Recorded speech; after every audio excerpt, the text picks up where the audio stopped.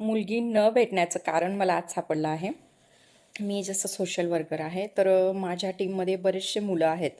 म्हणजे माझ्याहून लहान वयाची. मी मोठी आहे थोडी त्यांच्यापेक्षा, तर मग सतत सांगत असतात, "मॅडम, मुली नाही भेटत, आमच्याकडे मुली नाही भेटत." मला आज बरं वाटत होतं, की फक्त शहादा, नंदुरबार, जळगाव ह्या साईडलाच मुली भेटत नाही बुवा, शेतकरी लोकांना. परंतु नोकरीवाल्यांना देखील मुली भेटत नाही. माझे मित्रमंडळी असे आहेत, की ते चांगले नोकरी करतात वगैरे, तरी मुली भेटत नाही. तर यावरून एकच दिसून येतं, की हे जे लग्नानंतर बंधन घातले जातात ना मुलींवर, काही काही मुलींचं जीवन तर यात जातं, आमच्या यांना चालत नाही, आमच्या यांना हे स्लीवलेस चालत नाही, आमच्या यांना शॉर्ट कपडे चालत नाही, आमच्या यांना असं हे दिसलेलं चालत नाही, असं केसाचे केलेले चालत नाही, पुढे केस, पदर, हे इतके इतके नाटकं असतात ना. मग कुठे ना कुठे आपण आहे ना बंधन लादून राहिलो आहे त्यांच्यावर लग्नानंतर. आता बरंच काही फ्री झालं आहे, ते नाही सांगत मी, परंतु खूप ठिकाणी ही प्रथा सुरू असते.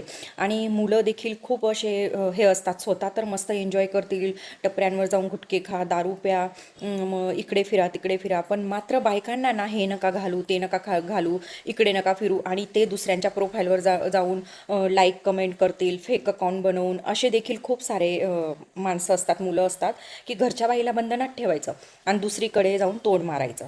तर कुठे ना कुठे मुलींना ना स्वतंत्र जगायचं आहे, म्हणजे लग्नाचा बंधनाच नटकायला. आणि मग अटकायचं तेव्हाच आहे की ती जेव्हा स्वतः कमवू शकते, स्वतः निर्णय घ्यायला आहे. उद्या उठून नवऱ्याने सांगितलं जा तुझ्या घरी, सासूबाईंनी काही टुमटाम केलं, तर मग ती अगदी ठामपणे म्हणजे निर्णय घेऊ शकते. तेव्हाच ती लग्न करायला तयार आहे. त्याला त्यांना शेतकरी नवरा, नोकरीवाला नवरा याच्याशी काहीच प्रॉब्लेम नाही. खेड्यात राहा, कुठे राहा, फक्त प्रॉब्लेम आहे तुमच्या जुन्या विचारांशी. खेड्यागावात देखील टुमटाम सुरू असते. ती मावं ते तो माथा पेन्ने वड्यू वसरी बारांत्या, मावं हुरदंगो केवी फिरी रे, मावं हुसवती ज्या उठी सुटीने शादे, सकाळी तर एवढ्या इतक्या वाजेला उठते, असं घालते तसं घालते. म्हणजे असं खेड्यागावात सुद्धा असं चालतं. आणि सिटीमध्ये तर काही सिटीमध्ये असून सुद्धा गावंढळ असतात, असे पण लोक असतात एकदम जुन्या पद्धतीचे. तर कुठे ना कुठे आपण मुलींना दोष देतो, मुली भेटत नाही भेटत नाही, पण आपल्या विचारसरणी पण बदलली ना आपण, तर मुली भेटतील आणि मुली शेतकरी मुलांजवळ देखील लग्न करतील.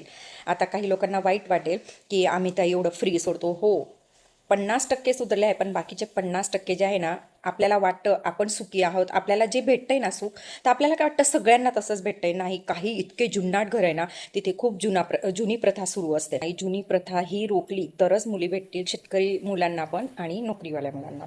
अगदी काही ठिकाणी तर ना सोशल मीडियावर फोटो टाकणे, व्हिडिओ टाकणे यावरून देखील वाद घालतात काही मुलींचे हसबंड. मग सासवांना चालत नाही. ती सासू-सासरे तर सोडा, त्यांच्या मावस सासूंना चालत नाही, त्यांचे आते-सासूंना चालत नाही. मग आते-सासू काय सांगतील, मावस-सासू काय सांगतील, नातेवाईक काय सांगतील. त्यांचं म्हणजे जीवन आहे ना पूर्ण दुसऱ्यांवरच चालतं. गावाकडे असो किंवा काही जुनाट घरं आहे त्यांचं, ते स्वतःसाठी नाही जगत. लोकं काय सांगतील यासाठी जगतात. हो, लोकं काय सांगतील त्याचा विचार करा. पण ठराविक ठिकाणी ना, आपण काही असं उघडे-नागडे तर फिरत नाही हो ना. आणि आपण जर सगळे त्यांचं पूर्ण करून, घरातल्या त्यांचं जे कर्तव्य आहे आपलं ते पूर्ण करून आपल्याला थोडा वेळ देतोय, तर त्याच्यात मला नाही वाटत काही नावं ठेवण्यासारखं आहे. ती जर सासू-सासऱ्यांना खाऊ घालते वगैरे आणि तिचाच वेळात वेळ काढून जर ती तिचा एन्जॉय करते, तर तिथं नावं ठेवायला मला नाही वाटत योग्य आहे. तसंच खेड्यागावात ना लोकांची ही विचारसरणी बदला. मग सिटीमध्ये राहून देखील ही विचारसरणी आहे लोकांची, की गावाकडे काय सांगतील म्हणून तू असं नाही वागायचं, तसं नाही वागायचं.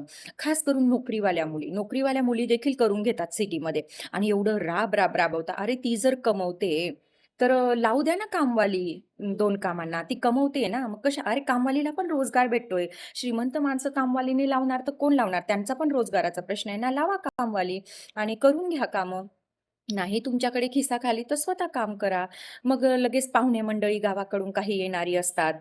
समजून नाही घेत की ती नोकरीवाली आहे, की बुवा तिला वेळ नसेल. लगेच तिने थोडंसंही काय केलं, लगेच गावाकडे मावं, ते तो यम करू, ते तो तेम करू, ते तो विचारू पण नाही, ते तो उर्दंगो जती रे नोकरी पे थाळ्या तो सासू. अरे, तिचा जॉब आहे, नोकरी आहे, ती दुसऱ्याच्या हाताखाली राबते. तर तिला अचानक अशी सुट्टी घेता येत नाही. म्हणून आहे ना, ही विचारसरणी बदला. या विचारसरणीमुळे मुली कुठे ना कुठे दुरावत चालल्या आहेत. त्यांना लग्नच नकोय, याच्यात अडकायचंच नाहीये त्यांना. हे सांगा, मुलीने मनाप्रमाणे जगायचं कधी? लग्नाआधी वडील आई-वडिलांचं ऐकून असं नको करू, तसं नको करू, लग्न करायचंय, मग पुढे काय? लग्नाला मुलगा भेटणार नाही, याच्यात बिचारीचं जीवन जातं. लग्नानंतर सासू-सासरे सासू-सासरे जरी चांगले राहिले, पण ती काय सांगेल, ही काय सांगेल, समोरचा काय सांगेल, आजूबाजूची काकू, नाना, नानी काय-काय असतं ते नातेवाईक काय सांगेल त्याच्यात जीवन जातं. परत नोकरीवर जरी असली, तर नाही आई बघेल तर, आई काय सांगेल, मग नणंद काय सांगेल वगैरे याच्यात तिचं जीवन जातं. मग तिने जगायचं कधी? खास जगण्यासाठी तिला स्वतंत्र राहायचंय. म्हणून मुलींना बदलण्यापेक्षा, त्यांना दोष देण्यापेक्षा आपलं बदलणं खूप गरजेचं आहे. कारण जग इतकं बदलत चाललंय ना, पुढे जाऊन ज्याला जे करायचं तेच करणारे व्यक्ती. कितीही मी जरी जितकं लेक्चर दिलं, तरी ज्याला जसं वागायचं ना तसंच वागणार आहे. आपल्या फोटोंवर फक्त माळा राहणार आहे. म्हणून आपली तर वय गेली, संपली. म्हणजे म्हाताऱ्या माणसांची, मी नाही झाली अजून म्हातारी. संपली वय असं जगून याचा त्याचा धाकात. त्यांना तर स्वतंत्र सोडा, जगू द्या. जीवन अगदी म्हणजे कधी संपेल ना, काहीच निश्चित नाहीये. कोण कधी जाईल म्हणून याला नावे ठेव, त्याला नावे ठेव, तिथं असं करते, तसं करते पेक्षा त्याची प्रशंसा करा. प्रशंसा केल्याने तुमचं मनही प्रसन्न राहील आणि समोरच्याचंही प्रसन्न राहील. तुम्हीही ते ताण घेतात त्याला नावे ठेवून तुमचंही रक्त आटवतात, सुरकुत्या वाढवतात आणि समोरच्यालाही टेन्शन देतात. दोघांचा लॉस आहे. पण एकदा आहे ना, तारीफ करून बघा, प्रशंसा करून बघा. तुमचंही ब्लड सर्क्युलेशन वाढेल आणि तुम्हीही प्रसन्न राहणार आणि समोरचाही. आणि पुरुष मंडळीला वाईट वाटले असेल तर सॉरी, पण ही सत्यता कोणीच नाकारू शकत नाही.